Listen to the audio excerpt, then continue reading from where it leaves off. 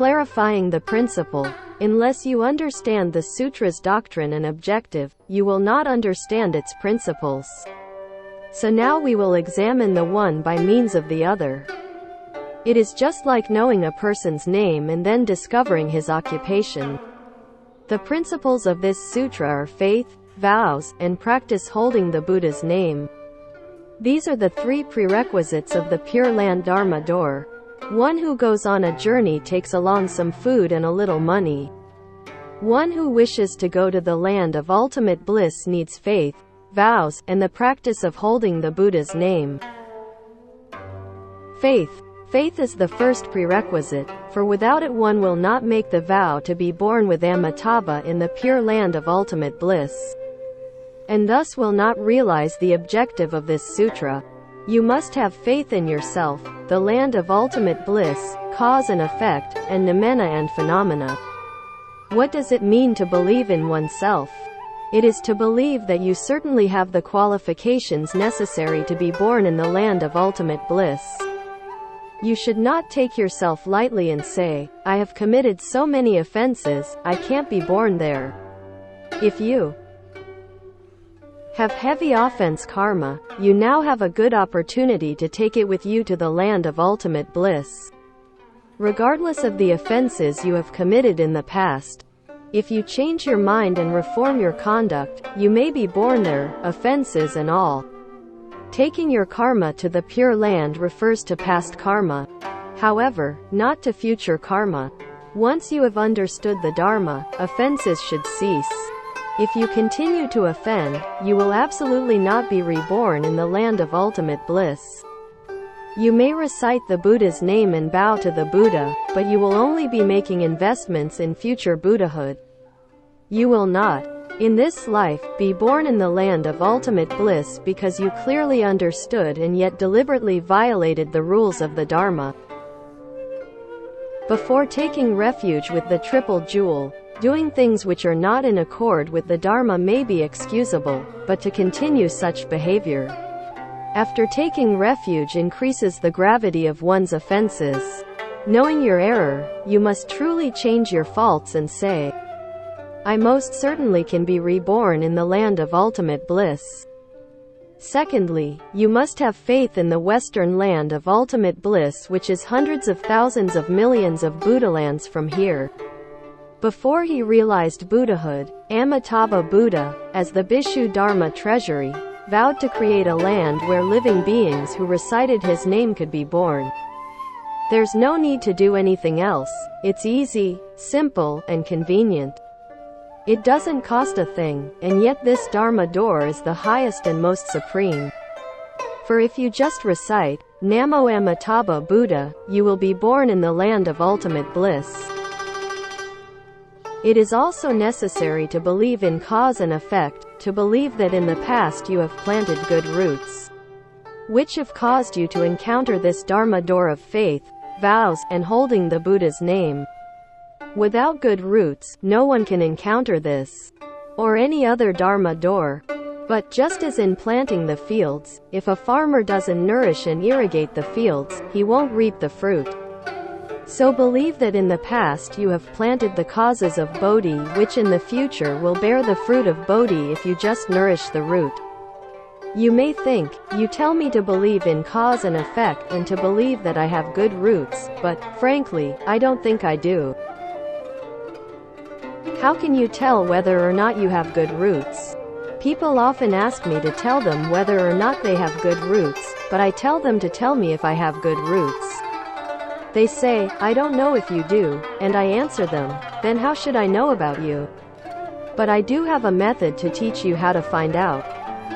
You have met the Buddha Dharma because you have good roots. Without them you would not have had this opportunity. Granted, I have met the Buddha Dharma.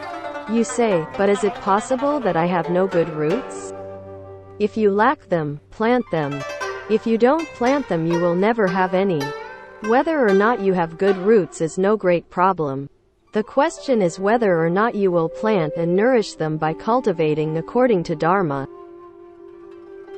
For example, the Buddha Dharma teaches you not to drink, but you would risk your life to do it. drunk, with your head confused and your eyes bleary. Your brain feels as if it were going to split open. This is to walk down the road of stupidity. The Buddha Dharma teaches you not to steal. But even if your life were not at stake, you'd steal. One who truly cultivates according to Dharma does not lie, drink, steal, kill, or commit acts of sexual misconduct.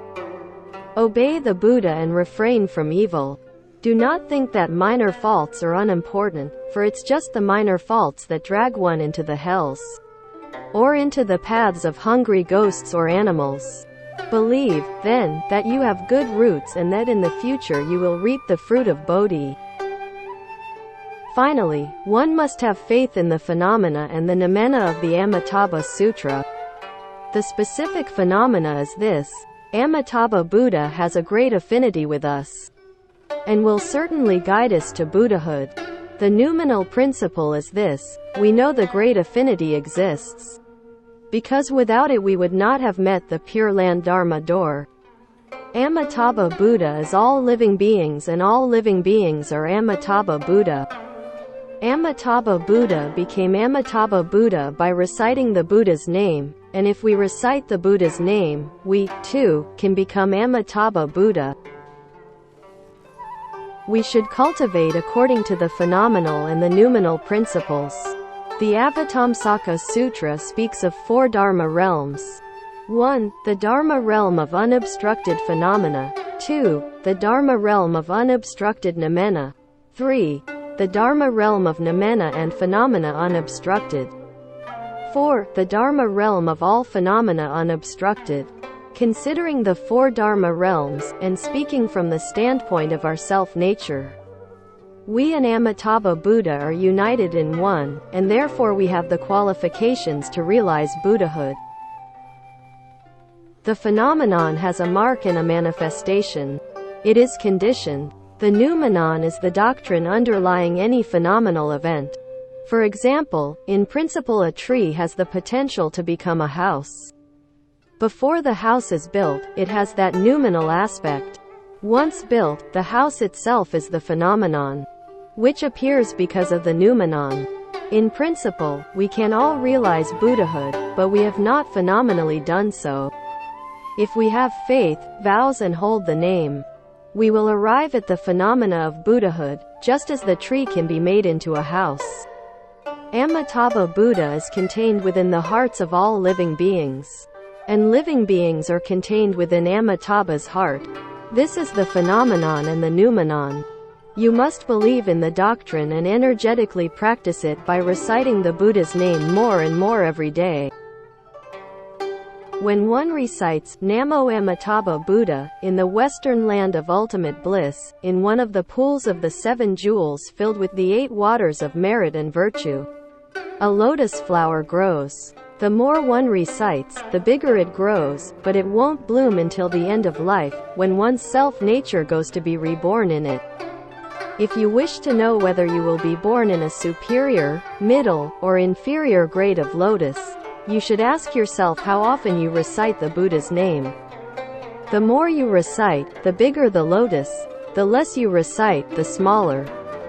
If you don't recite at all, the lotus withers and dies. To be reborn in the land of ultimate bliss, you must personally give proof to the result with deep faith, firm vows, and actual practice of recitation. It won't work to think, "I'll sleep in today and cultivate tomorrow." If, however, you hold fast to the name and cultivate vigorously, success is certain.